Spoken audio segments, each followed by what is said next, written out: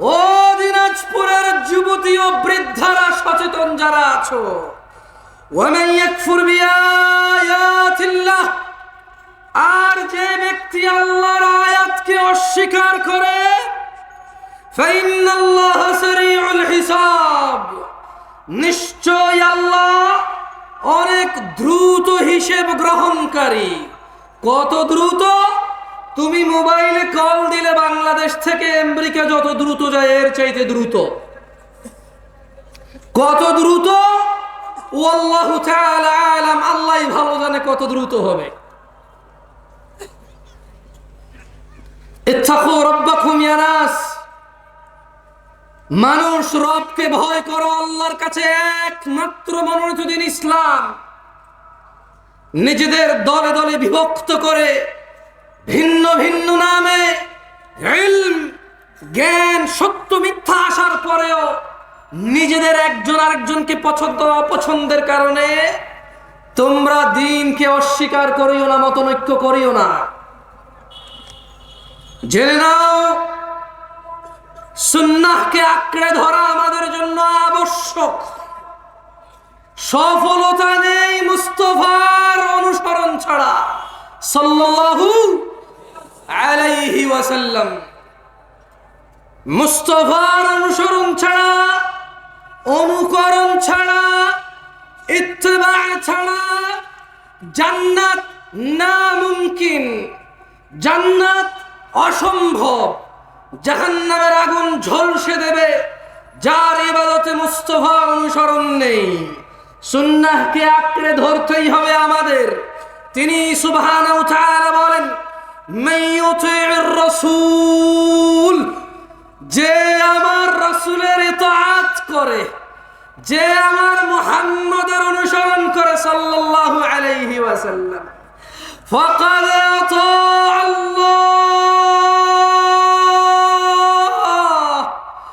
সে আল্লাহর ইবাদত করে। যে তিনি সাল্লাল্লাহু আলাইহি ওয়াসাল্লামের অনুসরণ করে, ফাকাদ আতা আল্লাহ, সে আল্লাহর ইবাদত করে। ওয়ামান তাওয়াল্লা, আর কেউ যদি রাসূল সাল্লাল্লাহু আলাইহি ওয়াসাল্লামের অনুসরণ থেকে মুখ ফিরিয়ে নেয়, ফামা আরসালনাকা আলাইহিম হাফিযা, আল্লাহ বলছে ও মুহাম্মদ সাল্লাল্লাহু আলাইহি ওয়াসাল্লাম, যদি কেউ আপনার থেকে মুখ ফিরিয়ে নেয়, যদি কেউ ভালো কাজ, খারাপ না তো অসুবিধা কোথায়? বাপে করেছে, দাদা করেছে, বড় হুজুর ফতোয়া দিয়েছে, যুগের পর যুগ চলে আসছে, সমস্যা কোথায়? ফামা আরসালনাকা আলাইহিম হাফিযা ওয়া মুস্তাফা আলাইহিস সালাম ওয়া মান তাওয়াল্লা, যে আপনার অনুসরণ করে না ইবাদতে, আমি আল্লাহ আপনাকে তাদের জন্য তত্ত্বাবধায়ক করে পাঠাইনি। তাহলে কিভাবে পাঠাইছে আল্লাহ রাসূল সাল্লাল্লাহু আলাইহি সাল্লামকে?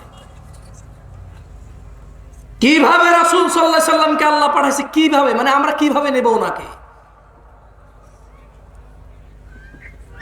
যদি আমাদের এই পুরো পৃথিবীর সমস্ত মুসলিম আল্লাহর রাসূলের ইতাআত বাদ দিয়ে নিজেদের প্রবৃত্তি স্বীকার করে, সেই প্রবৃত্তির অনুসরণ করে, আল্লাহ বলছেন যে আপনার কোনো দোষ নাই। ওয়ামা আলাইকা আল্লা ইয়াযাক্কা, ওয়ামা আলাইকা আল্লা ইয়াযাক্কা, এরা যদি পবিত্র না হয়, এরা যদি পরিশুদ্ধ না হয়, ওয়ামা আলাইকা আল্লা ইয়াযাক্কা, ও মুহাম্মদ আপনার কোনো সমস্যা নাই, আপনার কোনো দোষ নাই।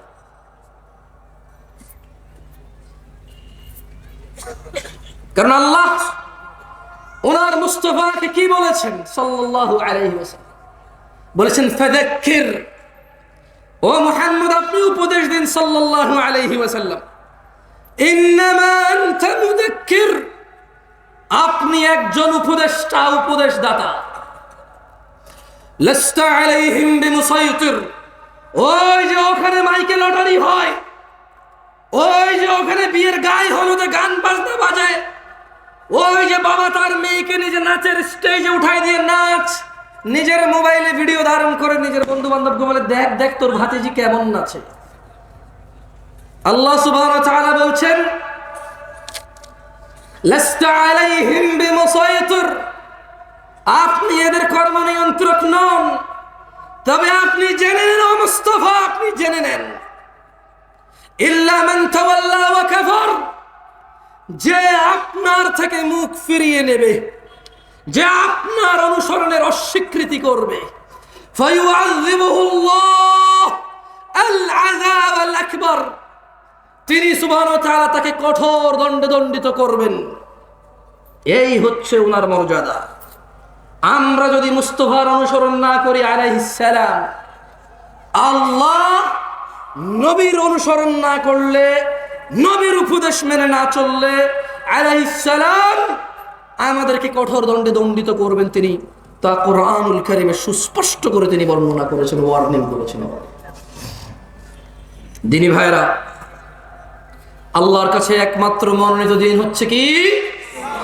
ইসলাম। আর আমরা কেন ইলম আসার পরেও, জ্ঞান আসার পরেও আমরা কেন মতনৈক্য করে বলতে পারেন? আমি কিন্তু একটু আগে বলেছি, নিজেদের বিদ্বেষ বশত।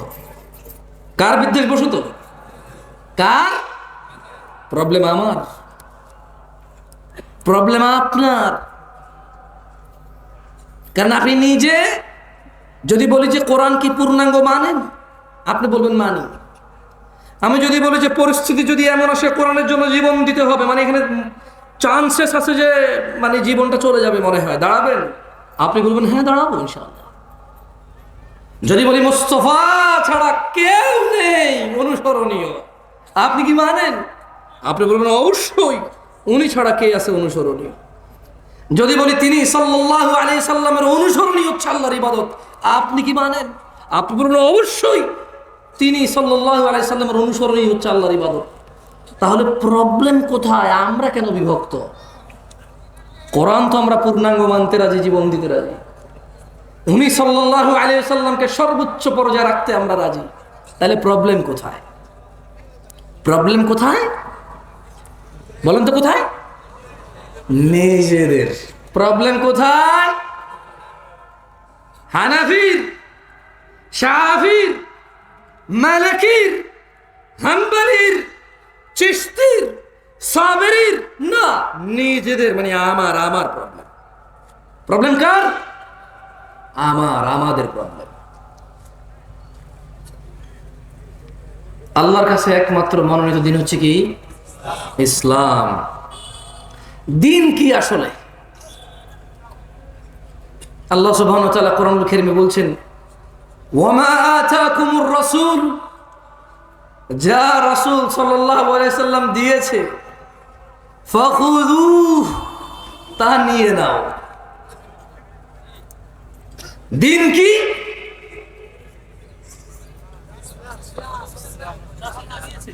একটু মনোযোগ দিয়ে শুনিয়েন ভাই। বাংলাদেশে মোটামুটি আলহামদুলিল্লাহ যারা যারা আমাকে ডেকেছে এবং আমি যেখানে যেখানে গিয়েছি সবাই বুঝে গিয়েছে আমি 40-45 মিনিটের বেশি কথা বলার ক্ষমতা রাখি না জ্ঞানের দিক থেকে। তবে আলহামদুলিল্লাহ দাঁড়াইতে পারবো অনেকক্ষণ, বক বক বক কিসা কাহিনী বললে বহুতক্ষণ বলা যাবে। তবে নর্মালি বক্তব্য আমার 40-45-50 মিনিটেরই হয়।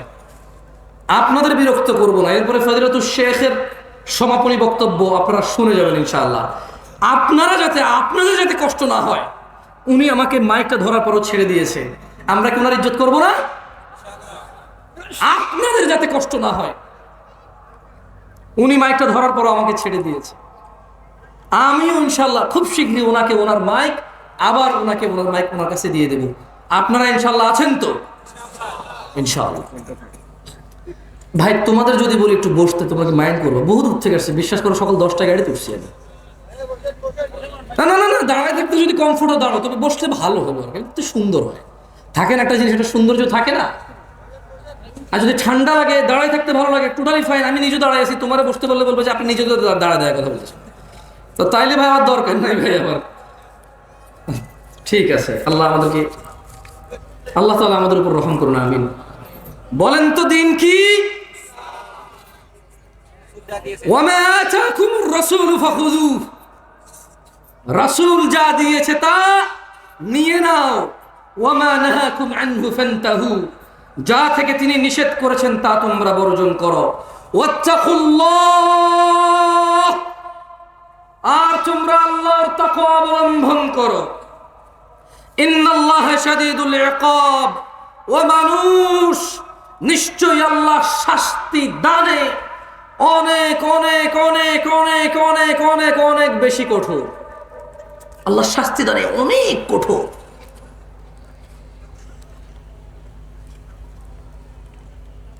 দিনী ভাইরা,